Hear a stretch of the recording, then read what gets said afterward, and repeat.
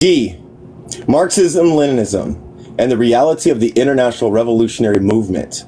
The birth of Marxism greatly affected both the international workers' movement and communist movements. The revolution in March 1871 in France could be considered as a great experiment of Marxism in the real world. For the first time in human history, a new kind of state, a dictatorship of the proletarian state, Paris Commune, was established. The Paris Commune was an important but short-lived revolutionary victory of the working class, which saw a revolutionary socialist government controlling Paris from March 18th to May 28th, 1971. During this brief existence of the Paris Commune, many important policies were set forth. Including the separation of church and state, abolishment of rent, and an end to child labor, and the rights of employees to take over any businesses which had been abandoned by its owner. Unfortunately, the Paris Commune was brutally toppled by the French army, which unalived between 6,000 to 7,000 revolutionaries in battle and by execution. The events of the Paris Commune heavily influenced many revolutionary thinkers and leaders, including Marx, Engels, and Lenin, and was referenced frequently in their works. On August 1903, the very first Marxist proletarian party was established, the Russian Social Democratic Labor Party. It was a true Marxist party that led the revolution in Russia in 1905. In October 1917, the victory of the socialist revolution of the proletariat in Russia opened a new era of human history. In 1919, the Communist International was held. In 1922, the Union of the Soviet Socialist Republic was established. It marked the alliance of the proletariat of many countries.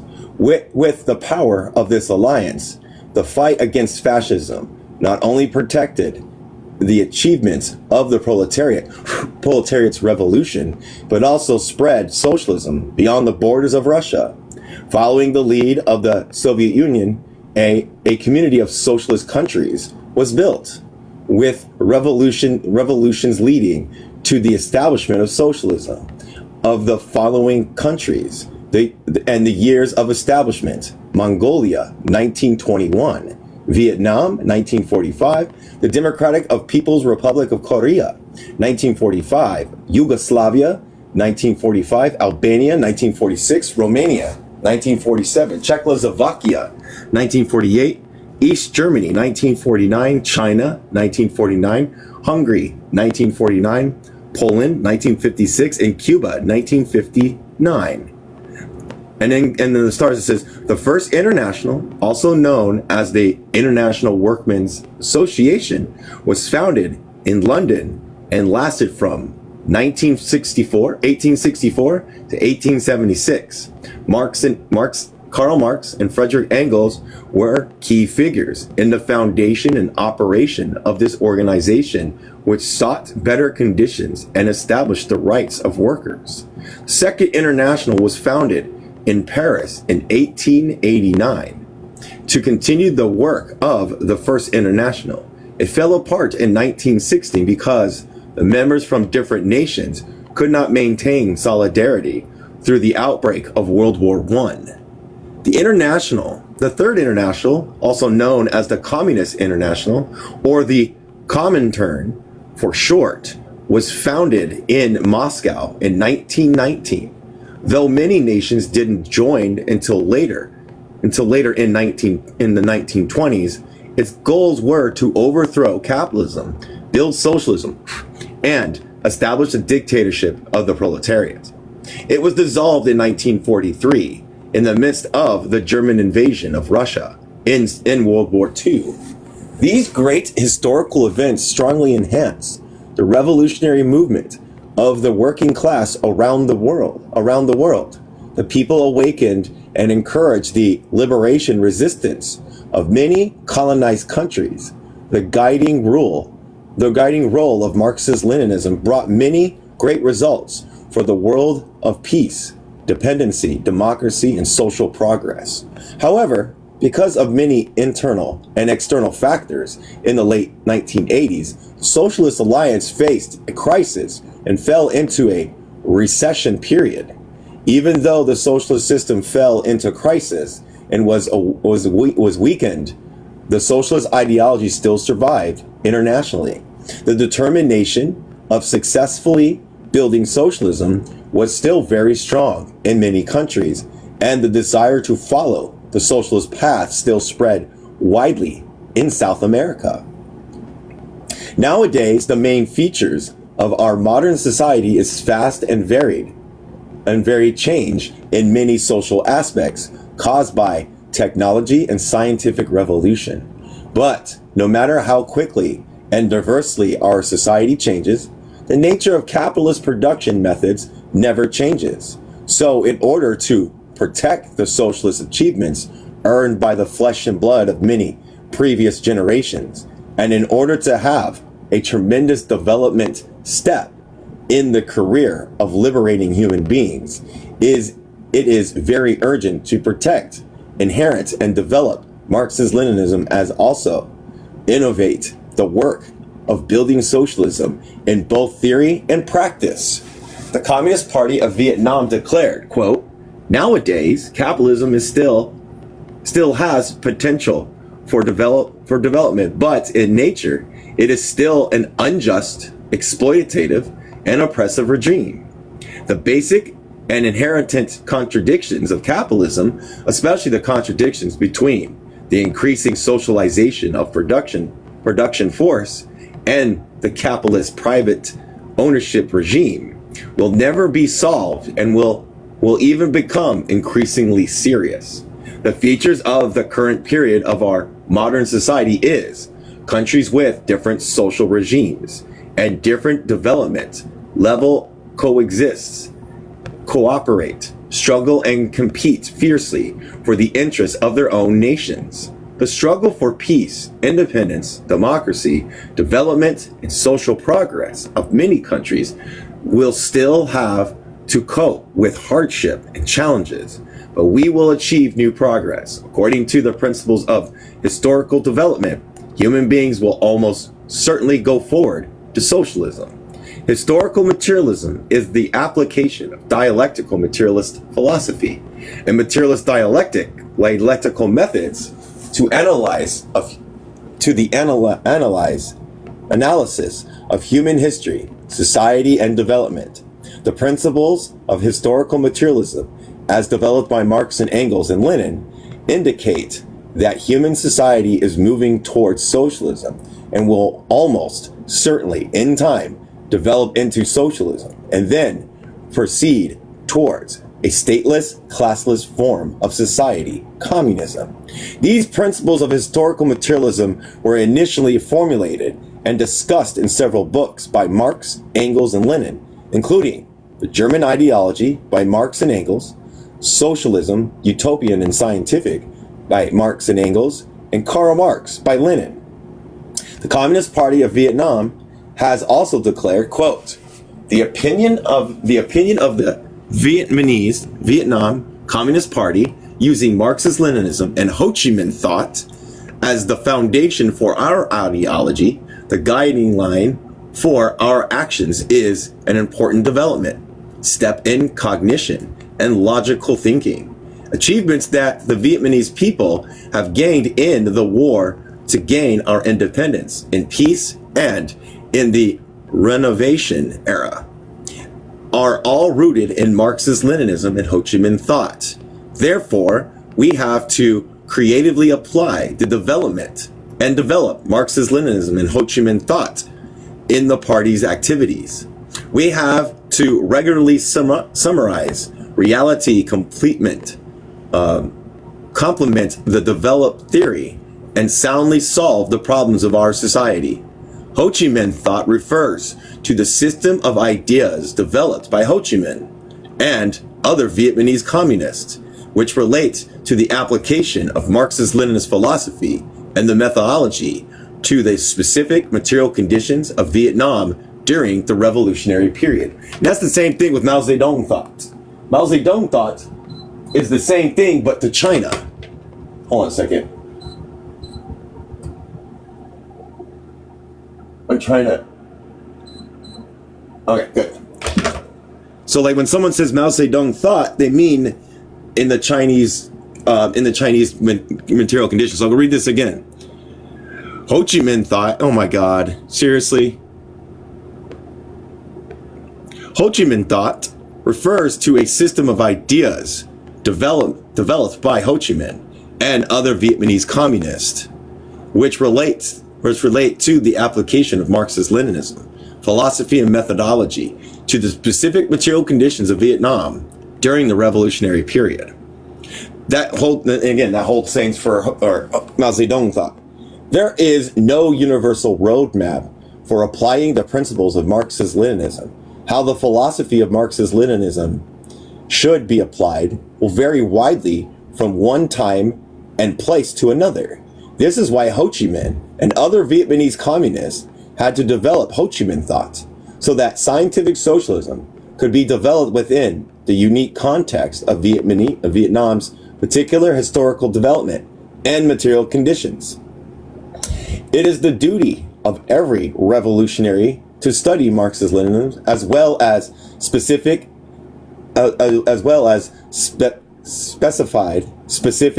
applied forms of Marxist-Leninism developed by revolutionaries for their own specific times and place, such as Ho Chi Minh, Vietnam, Mao Zedong, China, Fidel Castro and Che Guevara, Cuba, etc. However, it must be recognized that the ideas, strategies, methodologies, and philosophies developed in such particular circumstances can't be applied in exactly the same way in other times and places, such as our own contemporary material conditions. The Renovation era refers to the period of time in Vietnam from the 1980s until early 2000s, during which the Dao Mo renovation policies were implemented. These policies restructured the Vietnamese economy to end the previous subsidizing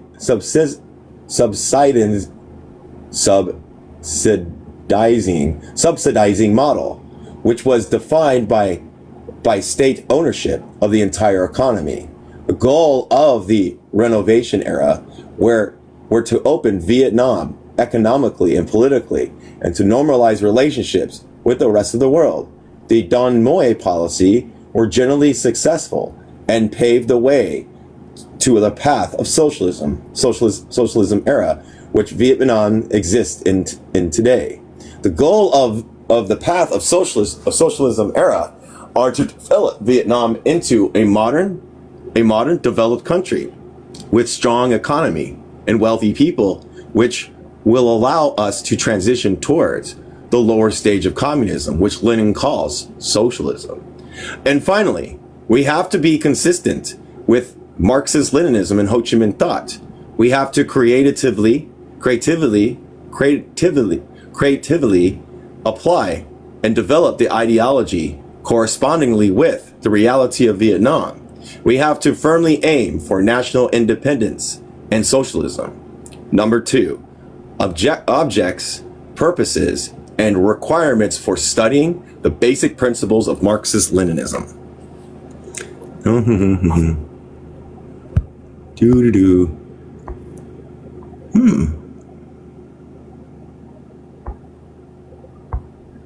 Jimmy the Lib. Yep. Okay. Number 1, objects and purposes of study. The objects of study of this book, the basic principles of Marxist-Leninism, are the fundamental viewpoints of Marxist-Leninism in its 3rd component parts. Remember that a viewpoint is the starting point of an analysis, which determines the direction of thinking and the perspective from which are considered. Also remember that Marxist-Leninism has 3 component parts. Number 1, and they're reiterating these things, we've gone over this, the philosophy of Marxism, including dialectical materialism and historical materialism, which we'll go over soon. Number two, the political economy of Marxism, the system of knowledge and laws that define the production process and commodity exchange in human society. Scientific socialism, the system of thought pertaining to the establishment of a communist social economy form. These objects of study stand as the viewpoints, the starting points of analysis of Marxist-Leninist philosophy and the three component parts of which it's composed. In the scope of Marxist-Leninist philosophy, the first three components of Marxist-Leninism, these objects of studies are dialectical materialism, the fundamental and most universal worldview and methodologies which form the theoretical core of scientific worldview. Materialist dialectics, the science of development of common relationships and the most common rule of motion and development of nature, society, and human thought. Historical materialism, the application of development of materialism and dialectics in studying social aspects. Historical materialism is the topic of part 2, which we will read the next textbook. Remember that scientific in Marxism-Leninism refers to a systematic pursuit of knowledge, research, theory, and understanding. Note also that worldview refers to the whole of an individual's or society's opinions and conception about the world, about humans ourselves, and about life and the position of human beings in the world. This is discussed more in details. Thus, a scientific worldview is a worldview that is expressed by a systematic pursuit of knowledge, of definitions and categories that generally and correctly reflect the relationship between things, phenomenons, and processes in the objective material world, including relationships between humans, as well as relationships between humans and the world. In the scope of Marxist-Leninist political economics, the second component part of Marxist-Leninism, the object of study are the theory of value and theory of surplus value, economic theory about monopolist capitalism and state monopolist capitalism. Generally, economic rules about capitalism, production methods from the stage of formation to the stage of development to the stage of perishing, which will be followed by the birth of a new production method, the communist production method. Marxist-Leninist political economics is the topic of part 3 of the textbook. From which the entire text has been translated, which we hope to translate in the future. In the scope of scientific socialism, the third component of Marxist-Leninism, the object of study are the historical missions of the working class and the progression of the socialist revolution.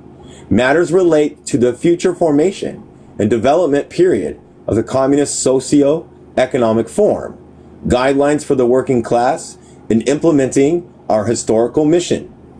The purpose of studying the basic principles of Marxism-Leninism are to master Marxist-Leninist viewpoints of science, revolution, and humanism, to thoroughly understand the most important theoretical foundation of Ho Chi Minh thought, the revolutionary path, and the ideological foundation of the Vietnam Communist Party.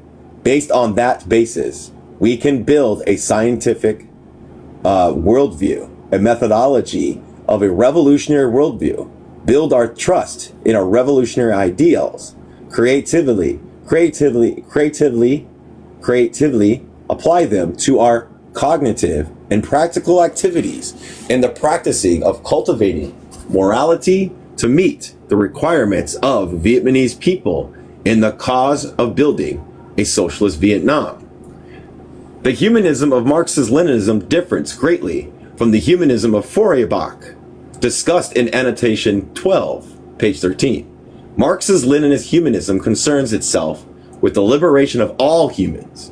As Marx and Engels wrote in the Communist Manifesto, quote, "The free development of each is the condition for the free development of all," end quote. 2. some basic requirements of the studying method. There are some basic requirements for studying the basic principles of Marxism-Leninism. First, Marxism-Leninism theses are conceptualized under many different circumstances in order to solve different problems, so the expression of thought of Marxist-Leninists can vary. Therefore, students studying the basic principles of Marxism-Leninism must correctly understand its spirit and essence and avoid theoretical purism and dogmatism. Marxist-Leninism should be understood as applied science. The application of this science will vary based on material conditions, as Engels wrote in a personal letter in 1887, remarking on the socialist movement in the US, quote, "Our theory is a theory of evolution, not a dogma, not to be learned by heart and to be repeated mechanically. The less it is drilled into the Americans from outside, the more they test it with their own experience, the deeper it will pass into their flesh and blood." As an example, Lenin tailored his action and ideas specifically to suit the material conditions of Russia under the Tsar in the early revolutionary period. Russia's material conditions were somewhat unique during the time of Lenin's revolutionary activity, since Russia was an agrarian monarchy with a large peasant population and relatively underdeveloped industrial sectors, such as Lenin had to develop strategies, tactics, and ideas which suited those specific material conditions, such as determining that the industrial working class and agricultural peasants should work together, as Lenin explains in The Proletariat and the Peasantry, which I've read, and he talks about an association, an alliance between the dictatorship of the proletariat and the peasants. Now, in the peasants, there are three categories of peasantry. There is the rich peasants, the middle peasants, and I'm not reading this, and the poor peasants. Lenin was dealing with hopefully the poor peasants uniting with the proletarian class, and the middle peasants vacillating between the poor peasants and the proletariat and the rich peasants. They would vacillate, and the rich peasants would have to be convinced or just overthrown in general. That was the same with Mao. Mao had to deal with rich peasantries and shit like that. Same type of scenario. Probably the same thing in Vietnam in a sense, because they were colonized, they were enslaved, they had peasantry there. All right, let's go. Who else is in this? How's everybody doing so far? Joe, you doing all right? Oh, Joe didn't fall asleep. They've been tired today. Oh, you're good. Okay, I saw it. Thus, okay, after that, the proletariat and the peasantry. And I'm reading this currently right now in Lenin's selective works. Right now. What they're saying right now, I'm reading in volume 3. I read in volume 1, 2 and 3 mostly. Maybe in volume 1 too. Can't remember.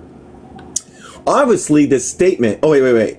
Thus, the red banner of the class-conscious workers means, first, that we support with all our might the peasants' struggle for full freedom and all the land. Secondly, it means that we do not stop at this, but go further. We are waging, besides the struggle for freedom and land and fighting for socialism. Obviously, the statement would not be specifically applicable to the society with highly developed industry and virtually no rural peasants, such as, for instance, the modern day US. Now, I want to say this. There's some people that say that the US has deindustrialized, and that, like, some people would say that we need to industrialize again, that we would have to build productive forces a bit because of the deindustrialization of the United States. So this comment, it depends on who's talking, but I'm looking and investigating that position. I'm not saying it's wrong or incorrect, but I'm investigating that position, that it has been deindustrialized. So there might be a point where we do have to build some type of productive forces. Who knows? It depends on when we do a revolution and what the exact material conditions are at that point. Just as Lenin's remarks about the Tsar would not be specifically applicable to any society that does not have any institution of monarchy. Another example, take the word of Ho Chi Minh. Ho Chi Minh thought is defined by the Communist Party of Vietnam as, quote, a complete system of thought about the fundamental issues of the Vietnamese Revolution. In other words, Ho Chi Minh thought is a specific application of the principles of Marxism-Leninism in the material conditions of Vietnam. So in that case, whether it's Maoism, whether it's Marxism, we'll just say to Marxism. If we do a Marxist revolution and it's seen by the masses that this is what we need, we will only apply Marxist-Leninism and its methodology compared to the conditions that we are doing the revolution. It's based on the conditions. That's why when people come and ask us, well, what does it look like? What does it look like? Well, it could look like this. It could look like this. It could look like this. Us Marxists are more concerned with what the conditions produce and create and make. Our unique aspect of Vietnamese... Oh, yeah. No. Let's do this. One unique aspect of Vietnam's revolution, which Ho Chi Minh focused on, was colonization as a colonized country. Ho Chi Minh realized that Vietnam had unique challenges and circumstances that would need to be properly addressed through revolutionary struggle. Another unique aspect of Vietnam's material condition was the fact that the colonial administration of Vietnam changed hands throughout the revolution, from France to Japan, back to France, then to the US. Ho Chi Minh was able to dynamically and creatively apply Marxist-Leninism to these shifting material conditions. Because when you apply Marxism is not supposed to be contained and stagnated. It's supposed to show you the ebb and flow, to be able to make like changes throughout the courses of things, how things develop. You make changes according to the conditions and development of the conditions. For instance, the founding of the Indo-Chinese Communist Party, written in 1930, Ho Chi Minh explained some of the unique problems faced by the colonized people of Indochina, modern-day Vietnam, Laos, and Cambodia, and purposes solutions specific to these unique material conditions. On the one hand, they, the French, used the feudalist and comprador bourgeoisie of Vietnam to oppress and exploit our people. On the other, they terrorized, arrest, jail, deport, and kill a great number of Vietnamese revolutionaries. If the French imperialists think that they can suppress the Vietnamese revolution by means of terror, they are grossly mistaken. For one thing, the Vietnamese revolution is not isolated, but enjoys the assistance of the French working class in particular. Secondly, it is precisely at the very time when French imperialists were frenziedly carrying out terrorist acts that the Vietnamese communists, formerly working separately, have united until the single party, the Indo-Chinese Communist Party, to lead the revolutionary struggle of our entire people. During this period, the nation of Indochina was predominantly agricultural, prompting Ho Chi Minh to suggest in the same text that it would be necessary to establish a working peasant soldier government and to confiscate all the plantations and property belonging to the imperialists and the Vietnamese reactionary bourgeoisie and distribute them to the poor peasants. Obviously, all these considerations are specific to the material conditions of Indochina during French colonial rule in 1930. By 1939, the situation had changed rapidly, and this is, we have to be flexible, remember? Not rigid. Ho Chi Minh was operating from China, which was being invaded by fascist Japan, He knew that it was only a matter of time before the Japanese Imperial Army would come and threaten Vietnam and the rest of Indochina.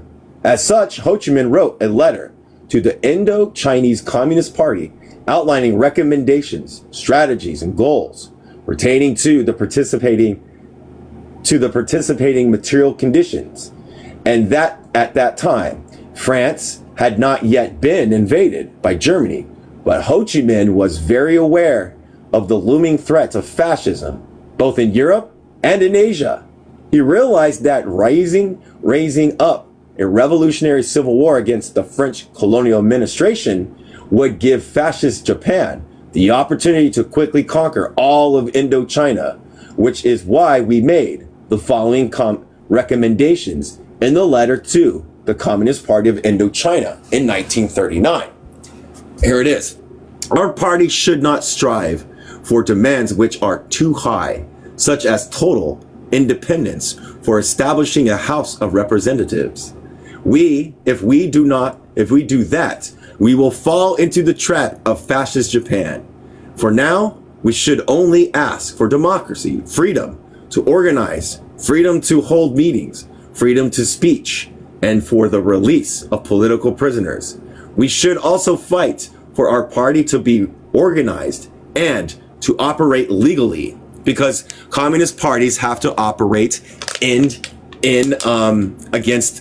against law. Once France fell to Germany in 1940, Indochina was immediately handed over to the Japanese colonial rule. The Japanese army was brutal in the occupation of Vietnam, and the French colonial administrators surrendered entirely to the Japanese Empire and helped the Japanese to administer all of Indochina. Ho Chi Minh returned to Vietnam in January 1941 and participated directly with the resistance struggle against Japan until 1945, when the situation once again changed dramatically due to the Japanese military surrenders to Allied forces and withdrawal from Vietnam. He immediately took advantage of this situation and held a successful revolution, because both Japan and French administrators the Declaration of Independence for the Democratic Republic of Vietnam, Ho Chi Minh wrote, "After the Japanese had surrendered to the Allies, our whole people rose to regain our national sovereignty and to found the Democratic Republic of Vietnam. The truth is that we have wrested our independence from the Japanese and not from the French. The French have fled. The Japanese have capitulated. Emperor Dao Bu has abdicated. Our people have broken the chains which for nearly a century have fettered them and have won independence for the homeland. As France began to make their intentions clear that they would be assuming their colonialist claim to Indochina, Ho Chi Minh began preparing the country for a new chapter in revolutionary struggle. In his 1946 letter to the people of Vietnam entitled A Nationwide Call for Resistance, Ho Chi Minh wrote, and I would say people go to Ho Chi Minh's selective works, read them, pretty good. "We call everyone, man and woman, old and young, for every ethnic minority, for every religion, to stand up and fight to save our country. If you have guns, use guns. If you have swords, use swords. If you have nothing but sticks, everyone must stand up and fight. Oh, if you have nothing, use sticks. Everyone must stand up and fight." As these historical developments illustrate, Ho Chi Minh was able to creatively and dynamically apply the principles of Marxism-Leninism to suit the shifting material conditions of Vietnam, just as Lenin had to creatively and dynamically apply these principles to emerging situation in Russia in the early 20th century. So is the task of every student of Marxism-Leninism to learn to apply these principles creatively and dynamically to the material conditions at hand. Second, the birth and development of Marxist-Leninism's thesis is a process. In that process, all Marxist-Leninists, the theses, have a strong relationship with each other. They complement and support each other. Thus, students study each Marxist-Leninist thesis needs to put it in proper relations and context with other theses found within each different component part of Marxist-Leninism in order to understand the unity and diversity, the consistency of every thesis in particular, and the whole of Marxist-Leninism in general. A third and important goal of studying the basic principles of Marxist-Leninism is to understand clearly the most important theoretical basis of Ho Chi Minh thought of the Vietnam Communist Party and its revolutionary path. Therefore, we must attach Marxist-Leninism thesis to Vietnam's revolutionary practice and the world's practice in order to see a creative application of Marxist-Leninism that President Ho Chi Minh and the Vietnamese Communist Party implemented in each period of history. Fourth, we must study the basic principles of Marxist-Leninism to meet the requirements for a new Vietnamese people in a new era. So, the process of studying is also the process of self-educating and practicing to improve ourselves step by step in both individual and social life. Fifth, Marxist-Leninism is not a closed or immutable theoretical system. On the contrary, it is a theoretical system that continuously develops based on the development of reality. Therefore, the process of studying Marxist-Leninism is also a process of reflection, summarizing and reviewing your own practical experiences and sharing what you've learned from these experiences in order to contribute to the scientific and humanist development of Marxist-Leninism. In addition, when studying the basic principles of Marxist-Leninism, we need to consider these principles in a proper context of the history of the ideological development of humanity. Such context is important because Marxist-Leninism is I can't say this word. Hopefully, they'll let me read it out loud. Fifth, Marxism-Leninism is not a closed and immutable theoretical system. Inquintessenal. On the contrary, it is a theoretical system that continuously develops based on the development of reality. Therefore, the process of studying Marxism-Leninism is also a process of reflection. It's getting there. Summarizing and reviewing your own practical experiences and sharing what you've learned from these experiences in order to contribute to the scientific and humanist development of Marxism-Leninism. You just never used to do this. In addition, when studying the basic principles of Marxism-Leninism, we need to consider these principles in the proper context of the history of the ideological development of humanity. Such context is important because Marxism-Leninism is quintessentially the product of that history. Okay, good. These requirements have strong relationships with each other. They imbue the studying process with the acquiescence I can't say this damn word. Quintessence of Marxist-Leninism. We're going to look up that word, quintessence, really quick, just to make sure.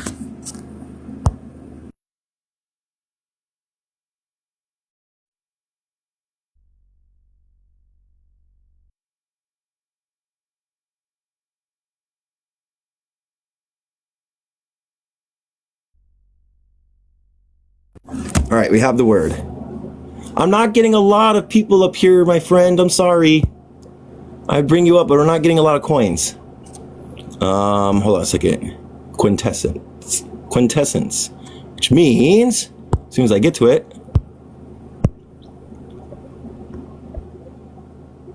equal or being religious or irreverent, the belief or point of view that is accepted with unthinking and conventional reverence. Do you think it's the one?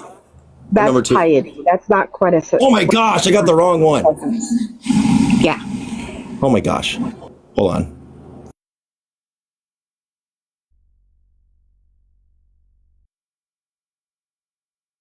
All right, now I might hopefully got the right one for once. That's piety. I bet everybody.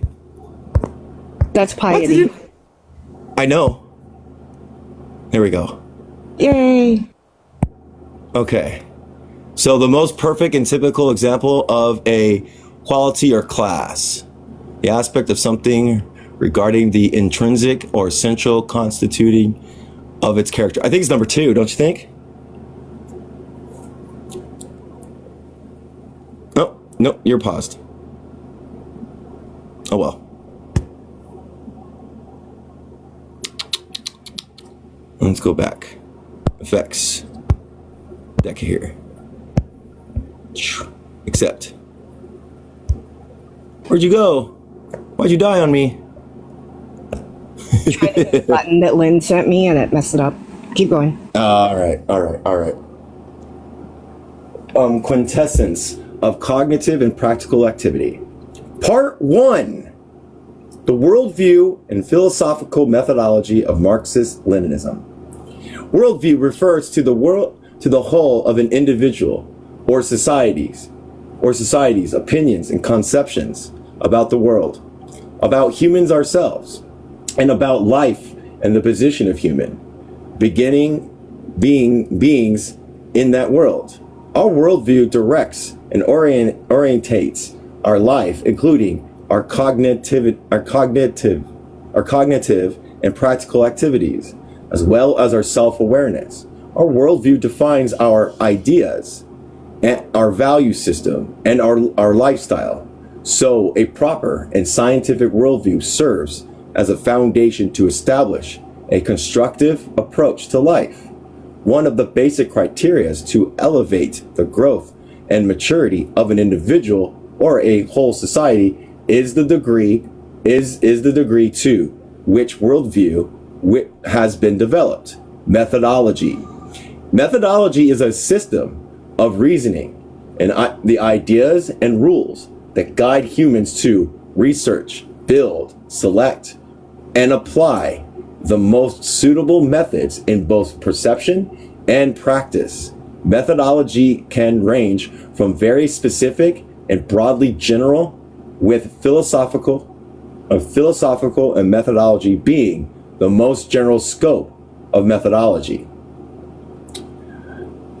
Tran Then Tu, the Vice Dean of the Department of Marxist-Leninist Theoretical Studies at the London Political Science University in Quang Tre, Vietnam, defines 3 degrees of scopes of methodology. They are from most specific to most general. Number 1, field methodology. The most specific scope of methodology, a field methodology, will apply only to a single specific scientific field. General methodology. Number 2, a more general scope of methodology. A general methodology will be shared by various scientific fields. Number 3, philosophical methodology. The most general scope of methodology, encompassing the whole of the material world and human thought. Worldview and philosophical methodology are a fundamental knowledge system of Marxist-Leninism. In the original Vietnamese, the word Lai Lan is used, which we roughly translate to the phrase knowledge system. Throughout this book, literally, Lai Lan is a combination of the word Lai Li, which means argument, and Ban Lon, which means to infer.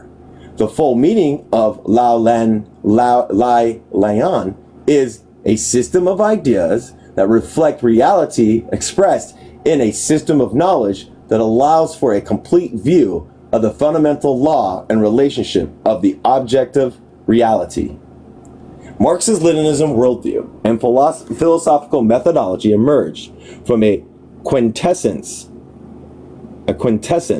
of dialectical materialism, which itself developed from other forms of dialectics, which in turn developed through the history of the ideology development of humanity Materialism is foundational to Marxist-Leninism in two important ways. Dialectical materialism is the ideological core of the scientific worldview. Historical materialism is a system of dialectical materialist opinions about the origins of motivation of and the most common rules that dominate the movement and development of human society. Dialectics are also foundational to Marxist-Leninism, especially in the form of materialist dialectics, which Lenin defines as quote, the doctrine of development in its fullest, deepest, and most comprehensive form, the doctrine of relative of human knowledge, relative, what is that word? Relativity of human knowledge. Yes. Lenin also defines materialist dialectics as, quote, what is now called theory of knowledge and epistemology. Note, epistemology is a theoretical study of knowledge. For more information, see cognitive theory and dialectical materialism. We're going to get on page 204. All right, we have a picture. Here we go, picture time, everybody. Whoops, let's do this one. All right, here's the picture, everybody. All right, for beginning students of Marxist-Leninism, this distinguishes between dialectical materialism and materialist dialectics. Many at first be confusing. May at first be confusing. Here is an explanation of each concept and how they relate to one another. Matter, consciousness, dialectical materialism, how they both interact with each other. Materialist dialectics, movement plus change plus development. Nature, human society, and human thought. Keep that up there, if you want to. With dialectical materialism and materialist dialectics. Dialectical materialism is a scientific understanding of matter, consciousness, and the relationship between the two. Dialectical materialism is used to understand the world by studying such relationships. Materialist dialectics is a science studying the general laws of the movement, change, and development of nature, society, and human thought. Does anybody have any questions before we move on to the second one? Anybody have any questions? It utilizes the scientific method, yes, and observation and other things. So yeah, okay. Yes, consciousness comes from matter. Matter's first, then consciousness. Yes. Yes. It's a scientific method to engage with the objective reality of the world and to figure out how to make it so it satisfies the needs of peoples. All right, here we go. You ready for the next picture? Might as well go back to the next picture. The three sources of the three components parts of Marxist-Leninism, Manner and Religion, 1913, Karl Marx. Okay. Are you ready for the next picture, Joe? Here's the next picture, everybody. Understanding the world. Dialectical materialism moves into materialist dialectic. Change the world. Relationships between dialectical materialism and materialist dialectics. Here we go. And so we use dialectical materialism to understand the fundamental nature of reality. This understanding is used as the basis of changing the world using materialist dialectics to guide our activities. We can reflect on the results of our activities using dialectical materialism to further develop our understanding of the world.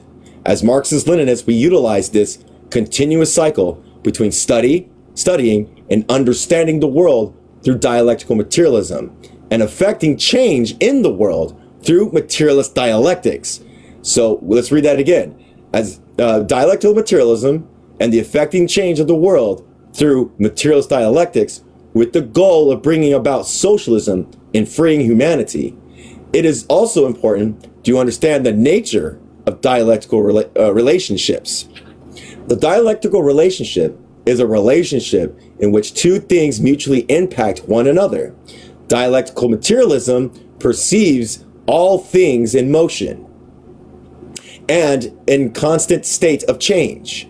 And this motion and change originates from relationships in which all things mutually move and change each other through interactions leading to development over time. I think we're good on that one. Thank you for the picture. There might be more. And we're doing this slowly, everybody, trying to at least. Thoroughly understanding the basic content of the worldview and methodology of Marxist-Leninism is the most important requirements in order to properly study the whole theory system of Marxist-Leninism and to creatively apply it into cognitive and practical activities in order to solve the problems that our society must cope with. Ho Chi Minh's training cadre, 1959. The exceptions excerpt from Modifying the Working Style by Ho Chi Minh. Here we go. Training is a must. There is a proverb: without a teacher, you can never do well. And the expression, learn to eat, learn to speak, learn to pack, learn to unpack. Even many simple subjects require study, let alone revolutionary work and resistance works. How can you perform such a task without any training? But training materials must be aimed at the needs of the masses. We must ask, after people receive their training, can they apply their knowledge immediately? Is it possible to practice right away? If training is not immediately practical, then years of training would be useless. Unfortunately, many of our trainers do not understand this simple logic. That's why there are cadres who train rural people in the uplands in the fields of economics. In short, our way of working, organizing, talking, propagandizing, setting slogans, writing newspapers, etc., must all take this sentence as a model. From within the masses, back into the masses. Sounds like mass line. No matter how big or small our tasks are, we must clearly examine and modify them to match the culture, living habits, level of education, struggling experiences, desire, will, and material conditions of the masses. On that basis, we will form our ways of working and organizing. Only then can we have the masses on our side. Otherwise, if you just do as you want, following your own thoughts, your own subjectivity, and then force your personal thoughts upon the masses, it is just like, quote, cutting your feet to fit your shoes. Feet are the masses. Shoes are the ways of organizing and working. Shoes are made to fit people's feet, not the other way around. Chapter 1, Dialectical Materialism. I think we're hitting it now. Dialectical materialism, on one of the materialist foundations of Marxist-Leninism, uses the materialist worldview and dialectical methods to study fundamental philosophical issues. Dialectical materialism is the most advanced form of materialism and serves as a theoretical core of a scientific worldview. Therefore, thoroughly understanding the basic content of dialectical materialism is an essential prerequisite to study both the components, principles of Marxist-Leninism in particular, and the whole of Marxist-Leninism in general. 1, materialism and dialectical materialism. Number 1. That was it was section 1. Sorry, is I. You remember number 1. The opposition of materialism and idealism in solving basic philosophical issues. So number 1, the opposition of materialism and idealism in solving basic philosophical issues. Philosophy is a system of the most general human theories, a knowledge about our world, about ourselves, and our position in our world. Philosophy has existed for thousands of years. Philosophy has different objects of study depending on different periods of time. Summarizing the whole history of philosophy, Engels said, quote, "The great basic question of all philosophy, especially of more modern philosophy, is that concerning the relations of thinking and being. So philosophy studies the relations between consciousness and matter and between humans and nature. In philosophy, there are two main questions. Question one, the question of consciousness and matter. Which came first? Or, to put it another way, which one determines which one? In attempting to answer the first question, philosophy has separated into two main schools, materialism and idealism. Question two, do humans have the capacity to perceive the world as it truly exists? In answer to this question, to the second question, two schools, intelligibility, which admits that human cognitive capacity is true capacity to truly perceive the world, and unintelligibility, which denies that capacity.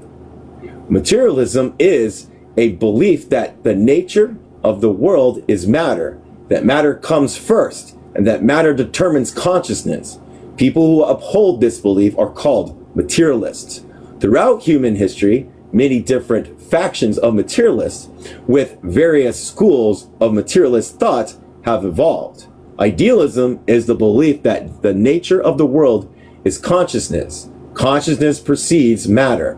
Consciousness decides matter. People who uphold this belief are called idealists. Like materialism, various factions of idealists with varying schools of the idealist thought have also evolved throughout history. Idealism has cognitive origins and social origins. Cognitive origins refer to origination from a human consciousness of individuals. Social origins refer to the origination from social relations between human beings. So idealism originated from both the conscious activity of individual humans as well as social activity between human beings. These origins are unilateral considerations and absolutization. I can't say it. Absolutization of only one aspect or one characteristic of the whole cognitive process. Unilateral consideration is the consideration of the subject from one side only. Absolutation, I can't say that word. Absolutation. Let me hear it. Absolutization. Absolutization occurs when one conceptualizes some beliefs or supposition as always true in all situations without exception. Both unilateral consideration of absolutization fails to consider the dynamic, constantly changed, and interconnected relations of all things, phenomena, and ideas in our reality. Idealism originates from unilateral considerations because idealists ignore the material world and consider reality only from the perspective of the human mind. It also originates from the absolutism because idealists absolutize human reasoning as the only source of truth and knowledge about our world without exception. As Lenin wrote on the question of dialectics, philosophical idealism is a unilateral development, an overt development, and one out of many attributes, or one out of many aspects of consciousness. Historically, idealism has typically benefited the oppressive, exploitative class of society. Idealism and religion usually have a close relation with each other and support each other to coexist and co-develop. Idealists in absolutizing human consciousness have a tendency to only give credence to the work of the mind and ignore the values of physical labor. This has been used to justify class structures in which religious and intellectual laborers are given authority and privilege over manual laborers. This situation has also led to the idea that mental factors play a decisive role in the development of human society, in particular, and the whole world in general. This idealist view was supported by the ruling class and used to justify its own power and privilege in society. The dominant class has historically used such idealist philosophies as a justifying foundation for their political social belief in order to maintain their ruling position. Marx discussed this tendency for rulers to idealistically justify their own rule in the German ideology. So bear with this. This is Marx in German ideology. I'll read it slowly. Which ideas of the ruling class are in every epoch the ruling idea, i.e., the class which is the ruling material force of society, is at the same time its ruling intellectual force. The class which has the means of material production at its disposal has control at the same time over the means of mental production, so that thereby, generally speaking, the ideas of those who lack the means of mental production are subject to it. The ruling class are nothing more than an ideal expression of the dominant material relationship.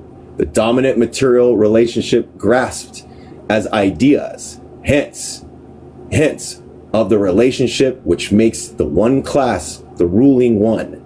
Therefore, the ideas of its dominance, the individual composing the ruling class possess among other things consciousness, and therefore think, insofar therefore as they rule as a class and determine the extent and encompass of an epoch. It is self-evident that they do this in its whole range, hence, among other things, rule also as thinkers, as producers of ideas, and regulate the production and distribution of ideas of their own age. Thus, their ideas are the ruling ideas of the epoch. For instance, in an age and in a country where royal power, aristocracy, and bourgeoisie are contending for mastery, and where, therefore, mastery is shared, the doctrine of the separation of powers proves to be the dominant idea and is expressed as an eternal law. Marx goes on to explain how idealist positions of the ruling class tend to get embedded in historical narratives. Whilst in ordinary life, every shopkeeper is very well able to distinguish between what somebody professes to be and what he really is, our historians have not yet won even this trivial insight. They take every epoch at its word and believe that everything it says and imagines about itself is true. This historical method, which reigned in Germany, and especially the reason why must be understood from its connections with the illusion of ideologists in general, e.g., the illusion of the jurist, politician, of the practical statesman, among them too, from the dogmatic dreaming and distortion of these fellows. This is explained perfectly easily from their practical positions in life, their job, and their division of labor. In history, there are two main forms of idealism: subjective and objective. Subjective idealism asserts that consciousness is the primary existence. It asserts that all things and phenomena can only be experienced as subjective sensory perceptions, while denying the objective existence of material reality altogether. Objective idealism also asserts the ideal of consciousness as a primary as the primary existence, but also posits that the ideal and consciousness are objective and that they exist independently of nature and humans. This concept is given many names, such as absolute concepts or absolute spirit, rationality of the world, etc. Primary existence is existence which precedes, determines their existence. Idealists believe that consciousness has primary existence over matter, that the nature of the world is ideal, and that the ideal defines existence. Materialists believe the opposite, that matter has primary existence over the ideal, and that matter precedes and determines consciousness, which I agree with.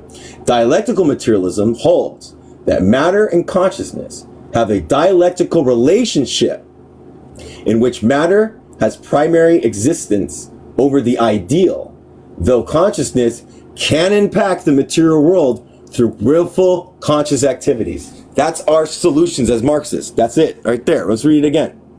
Dialectical materialism holds that matter and consciousness have a dialectical relationship in which matter has primary existence over the ideal thought, though consciousness can impact the material world through willful conscious activity. The primary existence of matter within dialectical materials is discussed further in the relationship between matter and consciousness on page 88.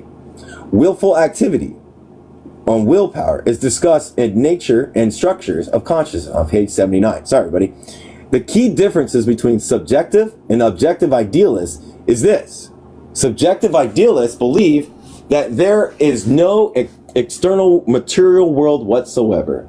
That what we imagine is the material world is merely an illusory. And that all relative is created by consciousness, whereas reality is created by consciousness, whereas objective idealists believe that there is a material world outside of the human consciousness, but it exists independently of human consciousness. I get it. Therefore, according to the objective idealist, since humans can only observe the world through conscious experience, the material world can never be truly known or observed by our consciousness. In opposition to idealism, materialism originated through practical experience and the development of science. Through practical experience and systematic development of human knowledge, materialism has come to serve as a universally applicable theoretical system which benefits progressive social forces and which also orients the activities of those forces in both perception and practice. Materialism benefits progressive social forces by showing reality as it is by dispelling the idealist position of the ruling class and by revealing that society and the world can be changed through willful activity. Materialism guides progressive social forces by grounding thought and activity in material reality, enabling strategies and outcomes that line up with the realities of the material world. For instance, we must avoid utopianism, in which emphasis is placed on working out ideal forms of society through debate, conjecture, and conscious activity alone. Revolution against capitalism must instead focus on affecting material relations and processes of development through willful activity. As Engels pointed out in Socialism, Utopian and Scientific, quote, "The final causes of all social changes and political revolution are to be sought not in men's brain, not in men's better insights into internal truths and justice, but in changes in the modes of production and exchange." How's everybody doing? Just checking in. How's everybody doing? How you doing, Joe? You okay? I'm good. All right. Everybody else good still? Whoever has stayed here? All right. Not too many people. All right. Number 2. Dialectical materialism, the most advanced form of materialism. In human history, we got 20 minutes. In human history, as human society and scientific understanding have developed, materialism has also developed through free forms. Pre-Marxist materialism, they use the P word, materialism, metaphysical materialism, and dialectical materialism. The P word materialism is the P word form of materialism. P word materialism recognizes that matter comes first and holds that the world is composed of certain elements, and that these were the first objects of the origin of the world, and that these elements are the essence of reality.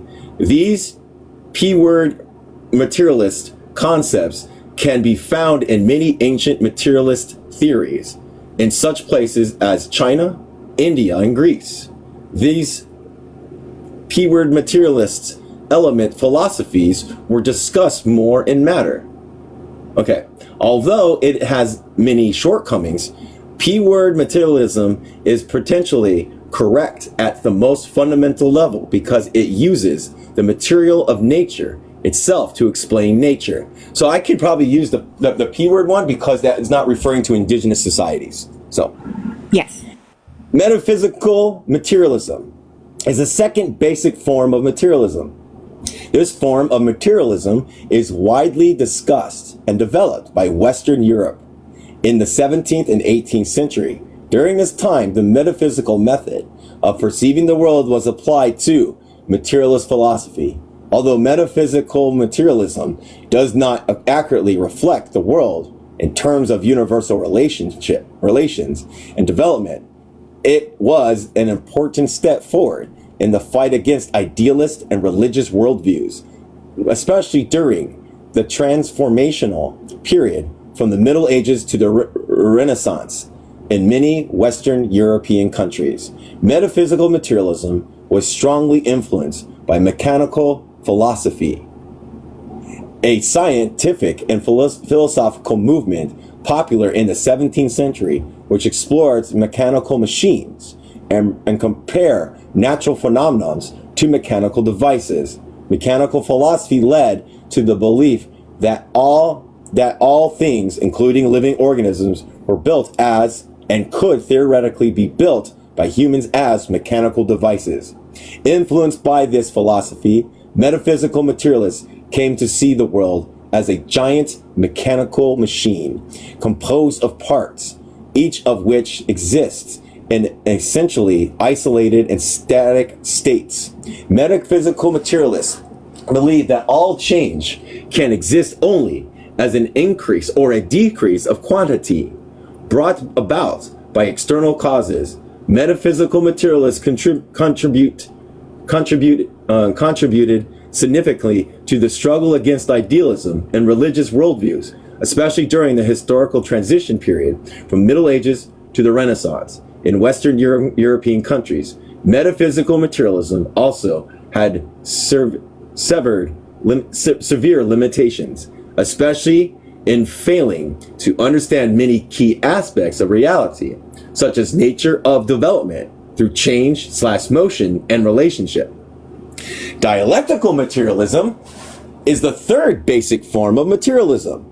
It was founded by Karl Marx and Friedrich Engels and defended the development of Vladimir Lenin, as well as many of his successors, by inheriting the quintessence of previous theories and thoroughly integrating contemporary scientific achievements. Dialectical materialism immediately solved the shortcoming of primitive materialism, because that is not towards any indigenous people at all, of ancient times, as well as metaphysical materialism of modern Western Europe.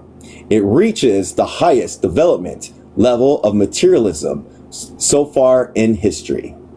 By accurately reflecting objective reality with universal relationships and development, dialectical materialism offers humanity a great tool for scientific cognitive activities and revolutionary practice. Dialectical materialist system of thought was built on the basis of scientific explanations about matter, consciousness, and the relationships between the two. Materialist dialectics methodology explains the world in terms of relationships and development.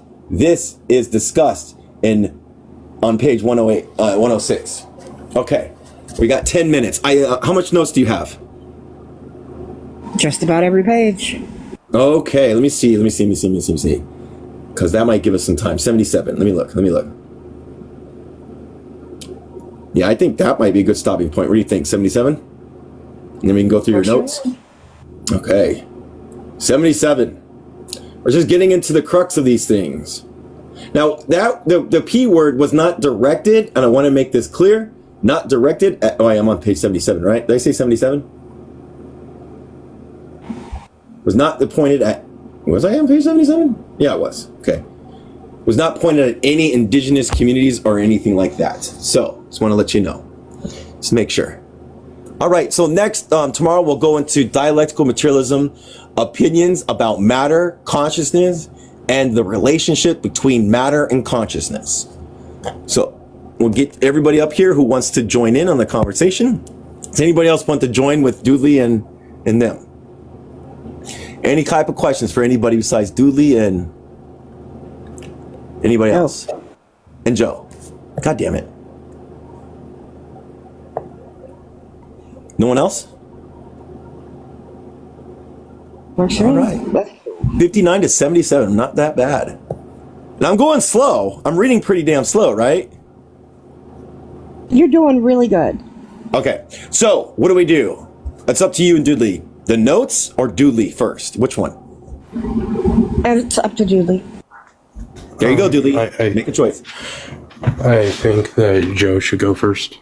All right, quick, Joe, hold on a second, real quick. Can we do something real quick? Quick, Joe. There's no way to go quick with the amount of notes I took. No. Starting on part one. Hold on. I'm trying to get my headphones in so I can hear you better, not do the whole thing. Go ahead, Joe. Oh, okay. All right. Starting on part one is where I started taking notes because I was distracted earlier. I was eating. I started with worldview refers to the whole of an individual's or society's opinions and conceptions about the world, about humans ourselves, and about life and the position of human beings in the world. Yes. Our worldview directs and orientates our life, including cognitive and physical activities, as well as our self-awareness. Then I went to methodology as a system of reasoning, the ideas and rules that guide humans to research, build, select, and apply the most suitable methods in both perception and practice. The three forms of methodology are field methodology, general methodology, and philosophical methodology. Also, I wanted us to learn the word Lai Luan. In the original Vietnamese, the word Lai Luan is used, which we roughly translate to the phrase knowledge system throughout this book. Literally, Lai Luan is a combination of the words Lai Li, which means argument, and Ban Luan, which means to infer. So I figured that's important to learn because we're going to come across it again. Dialectical materialism is the ideological core of a scientific worldview. Historical materialism is a system of dialectical materialist opinions about the origin of, motivation of, and the most common rules that dominate the movement and development of human society. Dialectics are also foundational to Marxism-Leninism, Maoism, specifically in the form of materialist dialectics, which Lenin defined as the doctrine of development in its fullest, deepest, and most comprehensive form, the doctrine of the relativity of human knowledge. Lenin also defined materialist dialectics as what is now called theory of knowledge or epistemology, because that's the theoretical study of knowledge. Well, and then materialist dialectics is historical. You're talking about historical materialism or materialist dialectics? I was talking about what I was reading. Yeah. Materialist dialectics. Yeah, materialist dialectics is also how we engage and implement things, and how we see that engagement, and how it's like I've got more with everything. Yeah. Sorry. Dialectical materialism is a scientific understanding of matter, consciousness, and the relationship between the two. Dialectical materialism is used to understand the world by studying such relationships, but materialist dialectics is a science studying the general laws of the movement, change, and development of nature, society, and human thought. And those, I figure, are really important to learn the difference between dialectical materialism and materialist dialectics. Agreed, and we're going to get further into that, I think, later on, too. And then Yes. let's get some Ho Chi Minh's words. Training is a must. There is a proverb, without a teacher, you can never do well. And the expression, learn to eat, learn to speak, learn to pack, learn to unpack. Even simple subjects require study. And then the next thing I quoted was, from the masses back into the masses. And then under dialectical materialism, under chapter 1, dialectical materialism is the most advanced form of materialism and serves as the theoretical core of a scientific worldview. And then I put, we start studying about philosophy. And philosophy is a system of the most general human theories and knowledge about our world, about ourselves, and about our position in the world. So philosophy studies the relations between consciousness and matter and between humans and nature. So there's two main questions. Question of consciousness and matter, which came first, or put it another way, which one determines which one? The chicken or the egg, consciousness or matter? In attempting to answer this first question, philosophy is separated into two main schools, materialism and idealism. And we are under materialism, right? That's our basis of our philosophy as Marxists, but we also engage with the advancement of materialism into dialectical, because that's the relationships of the interconnections and the motion and the processes of that. Okay, that's not what I'm talking about, though. All right. Do humans have the capacity to perceive the world as it truly exists? In answer to this second question, two schools, intelligibility, which admits the human cognitive capacity to truly perceive the world, and unintelligibility, which denies that capacity. And then we got some definitions. Cognitive origin refers to the origination from the human consciousness of individuals. Social origin refers to the origination from social relations between human beings. So idealism originates from both the conscious activity of individual humans as well as social activity between human beings. And then unilateral consideration is the consideration of a subject from one side only, unilateral.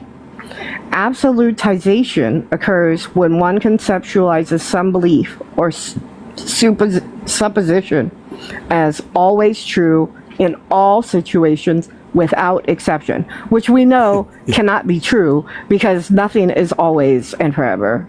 Nothing is usually, we shouldn't play in absolutes in some cases, Right. most cases. Yeah. Like we should Both say unilateral- absolutely all liberals are this way. You know what I mean? Right. Yeah. Just most of them. All right. Just most of Both them. unilateral consideration and absolutization fail to consider the dynamic, constantly changing, and interconnected relations of all things, phenomena, and ideas in our reality. Idealism and religions usually have a close relation with each other and support each other to coexist and co-develop. So idealism and religions. And then I put the dominant class has historically used such idealist philosophy as the justifying foundation for their political social beliefs in order to maintain their ruling positions. And then Validating to exist. Yeah. Yeah. Primary existence is existence which precedes and determines other existences.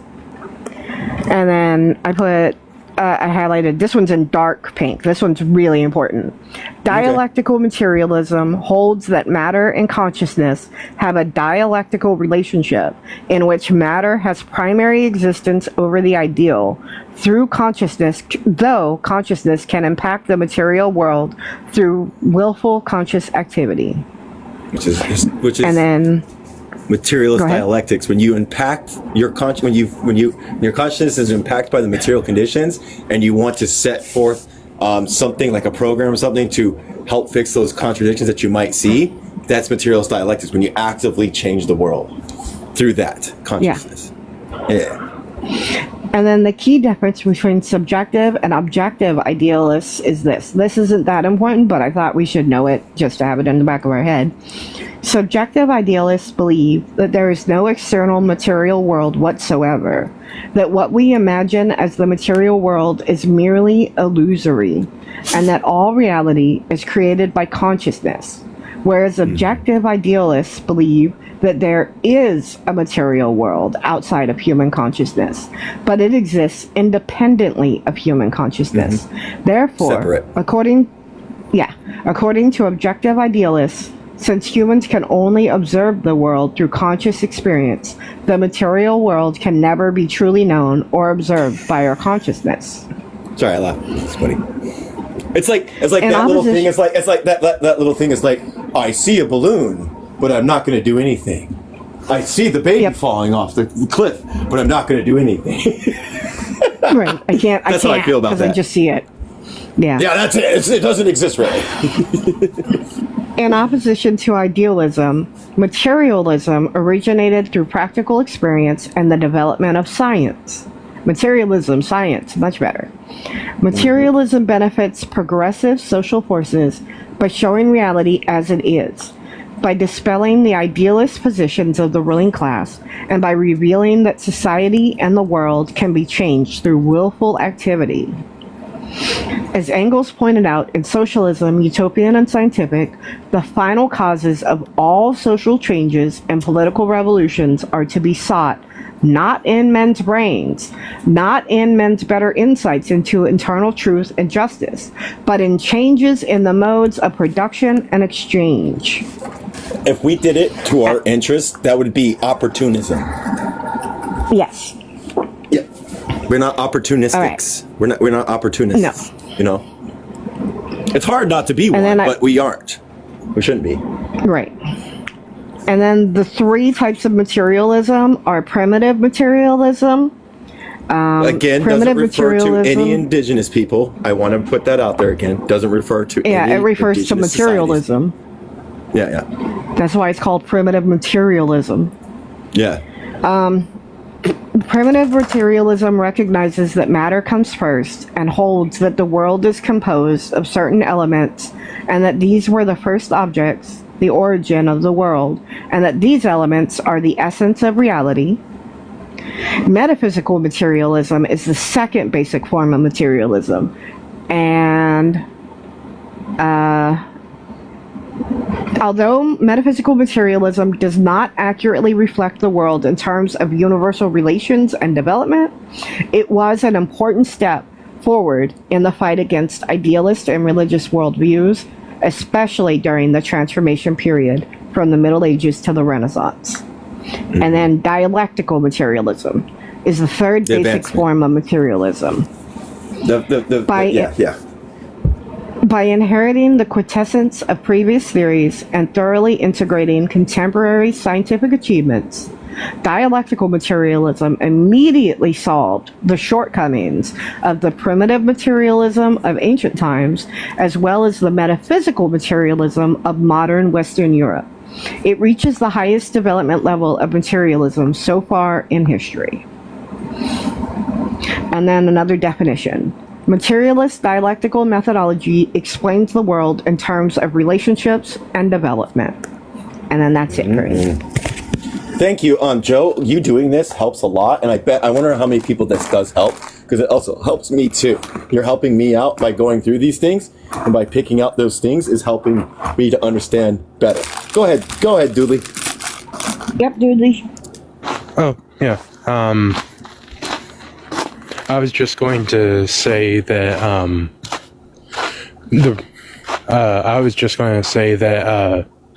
when it comes to the whole knowledge thing, you never you never know if you know everything, but you can always learn. Mm-hmm. And that's something that I think that the idealists have not taken into account. They always take into account, oh, I see this, but they never take into account that other people can also have a different point of view, and that through consensus they can come closer to the objective reality, to the answers of the questions. Yes. Yeah. And I think that I don't think that that's just I don't think that's just a problem with currently. I don't think that's just a problem with idealists anymore. I think that's a problem with what's it called? What's the word when you do something to a mechanical? Also, mechanical materialists also do this as well.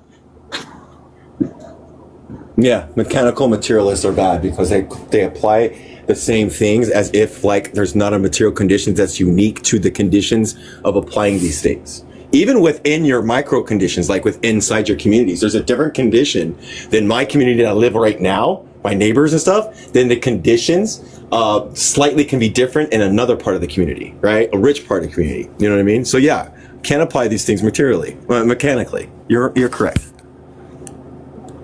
Yes, and that's all I had to say. Thank you. All right, then. Does anybody else have any questions that would like to come up and ask a question? Anybody is welcome to come up and ask a question. There's not many people that are here. I'll give it a couple seconds. Let me read this one. Is Marxism communism? Yes, it is. Like the one in my country of Ukraine suffering under. Right now, currently, Ukraine is suffering underneath a puppet government of the United States. Well, maybe not anymore, but yeah. They said suffered under, meaning that they're speaking about the whole Let's debunk this real quick. Thing. Watch this. That's what I was about to say. Is it Lucan? Does the Holodomor? Is that what you're referring to? Is that what you're referring to? Nazi propaganda. Yeah. Are you talking about the Holodomor? I can't say it right. Okay, what kind of... Okay, I'm not going to do this. Anyways, I don't know if Two-Spirit are never going to go live or not. Do you know? Does anybody know? From what I'm gathering, maybe not. Okay. Because it was mentioned by Chicken Strips that Two-Spirit did get pneumonia on top of their... Or was it another thing? But they did get pills for it. Yeah. Yeah, I think Two-Spirit's really sick. I'll ask just in case, just to make sure. You know? But, all right, if anybody doesn't have anything else to say, I'll go ahead and close it down, and we'll start this up tomorrow again. We'll start on the section that we're on. We're on chapter 1. Good stuff, everybody. Awesome. Thank you, Joe. What's up, Gooby? Before I close it. All right.